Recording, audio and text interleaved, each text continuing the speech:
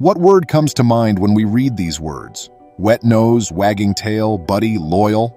There is no substitute for the kind of happiness that dogs, also referred to as man's best friend, bring into your life. They make ordinary things, like taking a nap, eating a meal, or going for a walk, more enjoyable. Please stay to the very end to witness the narrative that has touched the hearts of millions of people worldwide. Welcome to USA Stories channel. Do not forget to subscribe and activate the bell button to receive all new updates. Now let's go to the story. One of the purest types of happiness a person may have is adopting a dog. This happiness was felt by Chinese national Miss Wang when she acquired a small dog of her own. As she raised him, she created the most incredible memories. She purchased the puppy a variety of toys, taught him, groomed him, and took him to the park. But as time passed, she began to notice small details about him that gave her cause for concern. Crammed between two big buildings was the pet store. Wang was waiting for the business to open while seated in her vehicle. After weeks of putting it off, she had gathered up the courage to get herself out of bed. People had been recommending that she adopt a pet to keep her busy and fill the space ever since she moved into her own home. Wang was aware of the significant responsibility that owning a pet would entail. Although she wasn't trying to suggest that she wasn't prepared for that kind of responsibility, she was anxious about taking care of, feeding, bathing, and other aspects of a live being. But her attention had already been drawn to a specific animal. She wasn't only afraid. She was eager because she had always loved animals. It would be good to have someone welcome you, wait for you, and be delighted to see you when you got home. She was tired of returning home to an empty house. Wang was aware that juggling a pet and a full-time job might be a little challenging, but she was up for the challenge. Wang knew when the store sign turned to open that it was time to dash inside. As she walked into the store, the door's bell began to jingle. The store was empty, as one might anticipate. Wang was aware that she was running late, but she had to act now. She made the decision to explore the area. There were a variety of species present, some of which she was unaware were suitable for domestication. There were hamsters, turtles, frogs, and snakes in the glass jars. At the sight of a visitor, the birds in the cages began to chirp. Wang needed to choose. She needed to bring home an animal. Since she had always loved dogs, her decision wasn't all that difficult to make. She knew roughly what kind of dog she would like. Wang saw the Japanese Spitz puppy she wanted to bring home with her eyes. It was a little fluffy white puppy. It had curled into a tiny white cloud and was fast asleep. When Wang arrived at the puppy's cage, it cautiously opened its eyes. Its blue eyes were the most exquisite thing. She was going to take this puppy home, so she knew her hunt had come to an end here. Wang urged the salesman at the store to remove the puppy by calling out to him. She was done making decisions. She was going to have this fluffy infant as a pet now. She had no idea that her choice would set off a dramatic chain of events. The salesman brought the dog outside to greet Wang. Already she was falling hard for the little kid. She tried to pet him, but he didn't appear to notice or comprehend what was going on. Although Wang thought this response was a little strange, she didn't give it much thought until the puppy began licking her hands. He also appeared to like her. Wang took the puppy to his new home that evening. He was unsure about how to fit in at first. Wang surmised that it was because he had been raised in a cage. She reasoned that since he was still young, he would gradually become accustomed to this and feel more at home. Wang tried to get him used to her smell by giving him some warm milk for dinner and putting him in her bed. Wang was thrilled to receive some toys for her young puppy to play with. She gave him a bed, a variety of toys to play with and gnaw on, and bowls for food and drink. She was aware that young puppies would want to chew on everything. Wang saw that her little dog seemed to prefer the great outdoors. Although she would have cherished spending time in bed with him, his preferred activity was rolling around in the dirt. Because he was so small, she didn't feel safe letting him sleep outside, but it took him a while to become acclimated to his bed. Over the course of a few weeks, the little dog gradually increased in playfulness with Wang. She taught him some small tricks and gradually weaned him off of dog food. Even with the countless toys, Wang's sweater sleeves were his favorite snack.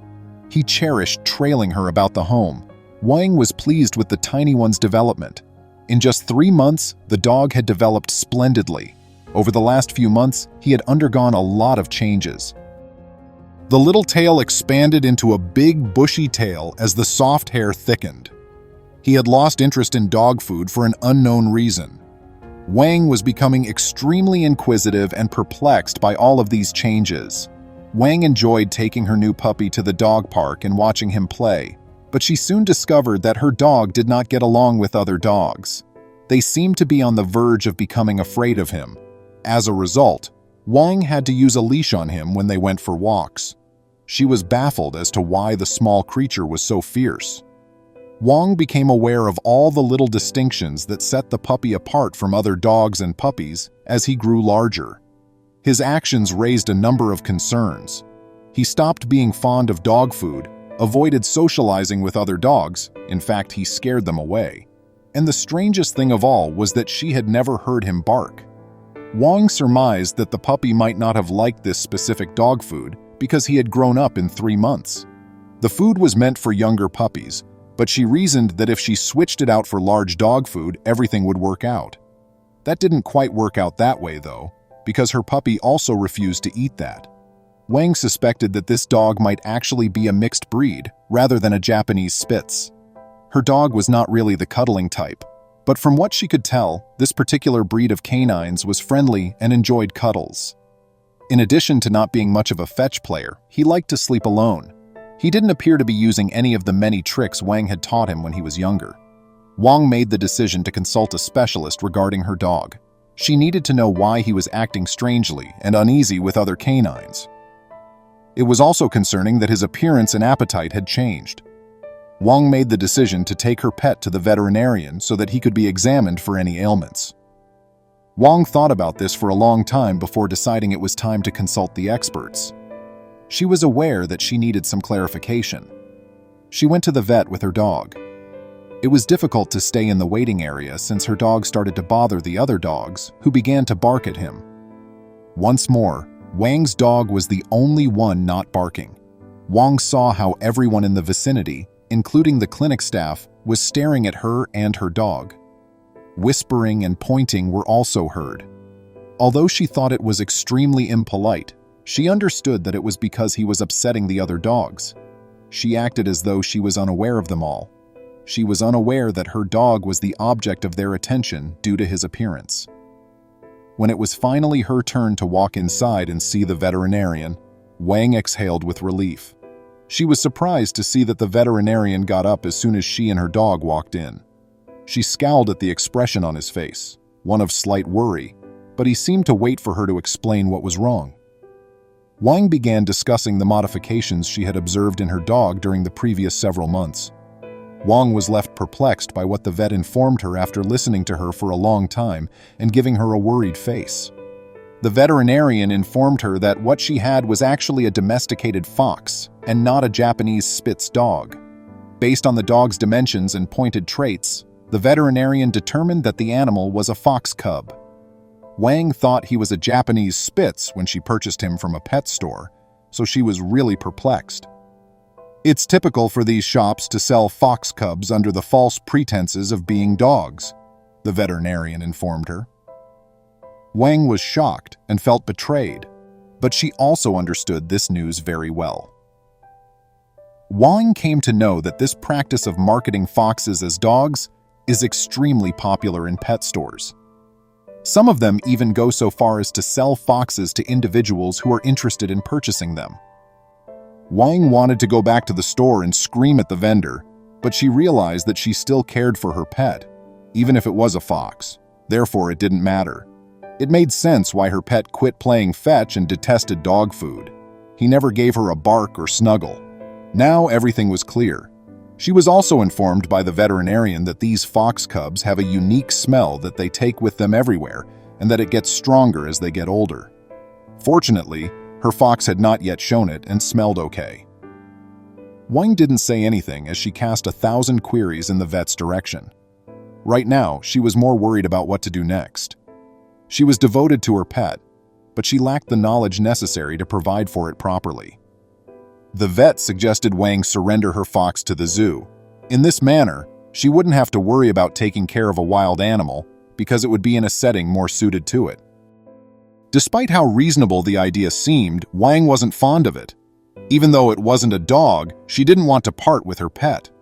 Wang stood to go after thanking the veterinarian. Despite the situation, she was still bonded to her cat and felt devastated when she left the veterinarian's clinic. How was she meant to just hand the animal over at this point? After nearly a year of having it at her house, Wang quickly developed an affection for the fox. Granted, she had liked it even before learning that it was a fox, but even now, nothing had changed for her. Wang kept the fox despite her better judgment advising her differently, even though she realized she was being stubborn. She couldn't bring herself to give it away, even though she knew she couldn't take care of a wild animal.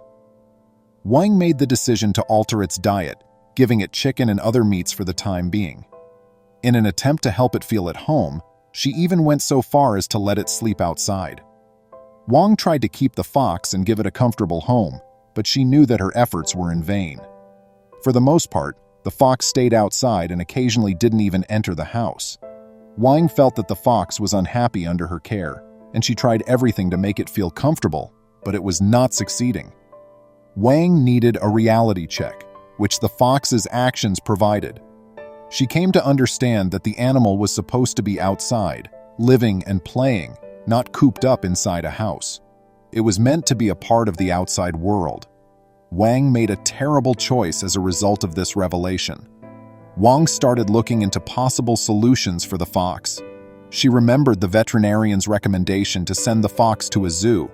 After realizing that this was the best course of action, she chose to get in touch with the nearby zoo and explain her predicament.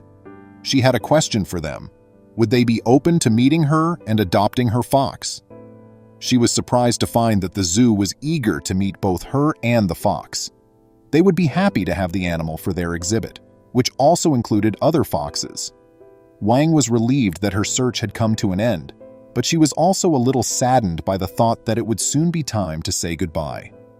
Taking the fox to the zoo to see the staff she had spoken with was her decision. Wang brought the fox to meet the zoo's visitors, who were prepared to accept the animal, as was mentioned during the conversation. It would feel right at home because it would be kept among other foxes. It had a huge area to roam around in and play with other animals of its sort, thanks to the exhibits. Before putting the fox in the display, they brought it inside for a routine examination with Wang's consent to make sure it got along with other animals.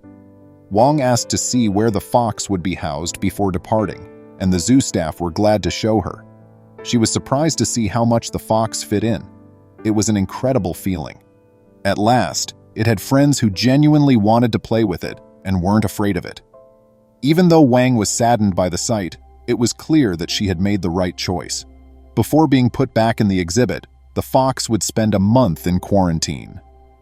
Since this was no ordinary fox, rather, it had been domesticated, it would be difficult for it to adapt to living in a completely different habitat, which is why it was kept in isolation.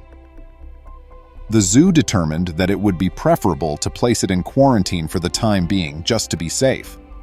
Wang was informed by the zoo staff that bringing it in was the appropriate decision. Because they are designed to be outdoors, foxes make poor home pets, as they can become destructive and wreck everything in their immediate environment. They also convey a scent that is unbearable to live with. Wang observed that the fox had grown to a height of 12 inches in just 3 months, growing quicker than a puppy. She was informed by zoo staff that fox growth was still ongoing and that these creatures grow to be very large. They were unable to survive indoors or in a domesticated environment for this additional reason. The zoo noticed Wang's grief and let her know that she could come see the fox for free whenever she wanted. Wang was grateful for their attempts to improve her condition. After months of consuming food it didn't like, she was relieved that the fox would now live in a place where it felt at home and would eventually be able to enjoy food that it liked. Wang made the decision to never visit a pet shop again. She would never advise someone to visit a pet store and would much prefer to adopt a puppy from a shelter. Furthermore, adopting is the greatest way to get an animal into your life because it gives a home to those who are most in need of one. Wang had to learn the hard way that purchasing a pet is definitely not the best course of action. Please remember to subscribe to our channel, give us a thumbs up, and turn on the notification bell so you won't miss any of our videos. If you enjoyed the tale, the next video that plays on your screen will probably move you too.